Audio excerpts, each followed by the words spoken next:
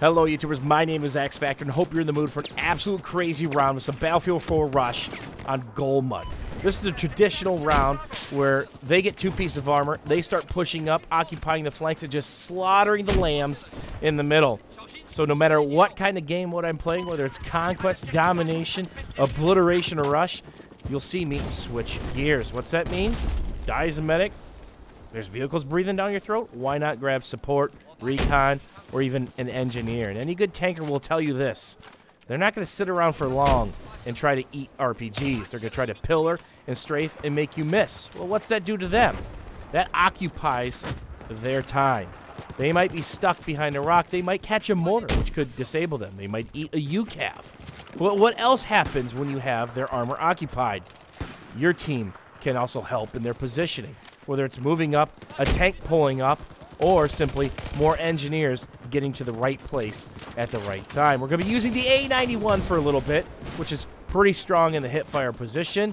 It's a lot of fun to use with 800 rounds a minute, but it's simply not fun to reload as the Jeeps are rolling. This guy kind of surprised me. I want to get my RPG out for the Jeep, but he ended up killing me instead. But we're not done with the RPG just yet, because the A91, no matter how much you tap fire at range, it simply isn't as effective as an RPG going down the pipeline. Whether it's these guys smushed up against the rock, getting some splash damage, and there you see me trying to tap fire as much as possible, not strafing. Remember, every time you strafe, no matter if it's an assault rifle, a carbine, an LMG, you're giving yourself more spread, more deviation, which is definitely bad. And why not loosen up all the bad guys, get a quick reload, because this pretty much saves you a full second off your reload.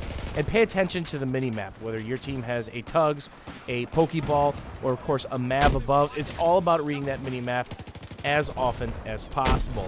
Get a couple more RPG snipes, and I'm trying to make it to the other side of the map because we're down to just the AMCOM. And that's the other thing. Overcompensating is not good, and there is too close for my comfort, which kind of allows me to go on pretty much a tear right here. 200. Is that enough for me in the mag right now? Not quite. Too many bad guys hawking the bomb, which these guys were really TTFOing their pants off, which is great because it creates moments like this where stuff starts flying, it's hitting the fan, you don't have a moment to breathe. You're just trying to filter all this information, whether it's the 3D spots, the information on the mini-maps, the vocal call-outs, or shooting your friendlies because you heard something and you think you're going to get knifed by the bad guy, but you're trying to play from cover because you're getting hit from every single angle in the game right now. It's moments like these that makes Battlefield an unbelievable game to play. So we're going to try to hunker in here. I'm trying to see if I could jump into this. Not quite. Would have been a pretty nice spot to stand. Of course, you've already seen me chuck out the incendiary nade. I've been varying the nades that I use. I use minis, I use the incendiaries, and as the assault, I use flashbangs, which are extremely effective now. They strip away your HUD. It's very hard to tell if it's an enemy or friendly because any sort of nameplate, health bar, or of course the chevron, the 3D mark above their head, whether they're friendly or foe, disappears. Not to mention, if you eat the full bang, you are absolutely blind. So I have a habit of turning away from anything glowing red. That was smoke, but sometimes it's hard to tell. So here I'm going to start my reload and cancel it because they are coming very fast. And I'm down to 23 and now 14. We got 28 tickets. The armor is breathing down our neck. The friendlies are dying, and just like that, they're on the MCOM. The only time I strafe shot there was to get a better line of sight, and that guy just went clutch. He ate the deagle in the face with a little salt and pepper, but he got the MCOM set. And look how many friendlies we have in the area. We can mortar, UCAV, and spam explosives as much as we want, but we're simply not going to get back. They're just simply too entrenched. So we've got 200 tickets to whittle them down again. High tickets is very favorable to the attackers, unless you can bottle them up. If you bottle them up, it's just spawn camp all day, every day. And I talk about this on any Rush or Conquest map. Work the outsides, create crossfire, and I'm on the Mav above me. I'm trying to crouch walk as much as possible, and I'm trying to kind of bait people towards me. I want them to see me coming. I want to see if I can get reactions from them. Who's going to turn directly towards me? Who do I have to worry about? And here's my worst nightmare. They are splitting up where they want to go. One on top of me, one below me, Actually, make that 2 below me, going down with the ship. So here we go. Time to hawk the MCOM, throw the incendiary out, and that's one of the reasons why I like these incendiary nades. They go around corners, they go through walls, and of course, they're a great telltale sign if bad guys are there. You may not hear the vocal call-outs from the enemy team, but what you will see is those hit markers. Spawning back, we're on this next set of MCOMs. I simply can't go far left. That is just a nightmare in Sniper Haven. So I'm going to work close. We see 3 or 4 guys on the other side of this building, and I don't want a middle feed.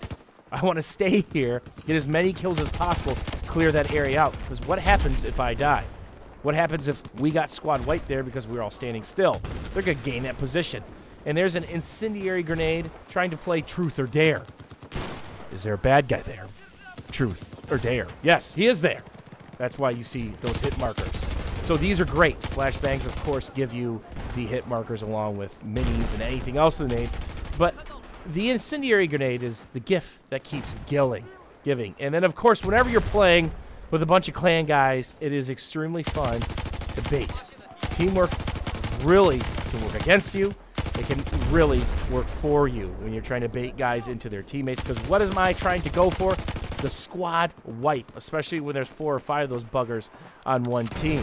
If you get that squad wipe, they don't have a beacon down. They are spawning back at deployment. And that's exactly just the thing you need when it comes to rush. So here we are balancing out the other side of the map. We are down to the final 2 MCOMs, which in my opinion are the hardest to defend. Not to mention, all these buildings are destructible. Really has that Bad Company 2 feel. Erica Harbor, one of my favorite all-time maps. So these high-ticket servers are not good for the defenders on this point because all the walls get destroyed, whether it's by mortars, UCAVs, RPGs, small SRAWs, or of course, tanks shooting their primary into it. And here I get a nice little side rage with the little salt and pepper, trying to kill as many guys and shading my head to the right. A lot of times when I position, I just don't pop on top of the rock. Why? Because then I give all these bad guys in the building a line of sight. I try to protect at least 50% of my body. Sometimes you can protect more depending on what kind of attribute in the map that you are playing. So never go on top of the rock. That's the sucker's bet. Pick a spot, use that angle, and try to kill as many guys as possible. Make sure to cover those revives. Sometimes if it's not incendiary, which you can't throw very far, I'll grab a mini or I'll grab a flashbang and throw towards the bodies to bait out the medics or try to disrupt the medics or keep them from going in. Because the revive train, even though you have to charge the paddles, can be very strong, especially if the assault medic has his paddles charged up. It's a second 100 bang, which is very helpful if you're an assault medic and trying to push the enemy lines. So we got him down to 38 tickets. We're pretty well spread out, which is always the key when playing Rush, whether you're attacking or defending. Try to control them, force them into the middle, and that works both ways. Whenever you get the team down to this few of tickets, do whatever you can to hawk the bomb, get as close as possible. Chuck nades, do whatever you can to burn through their remaining tickets.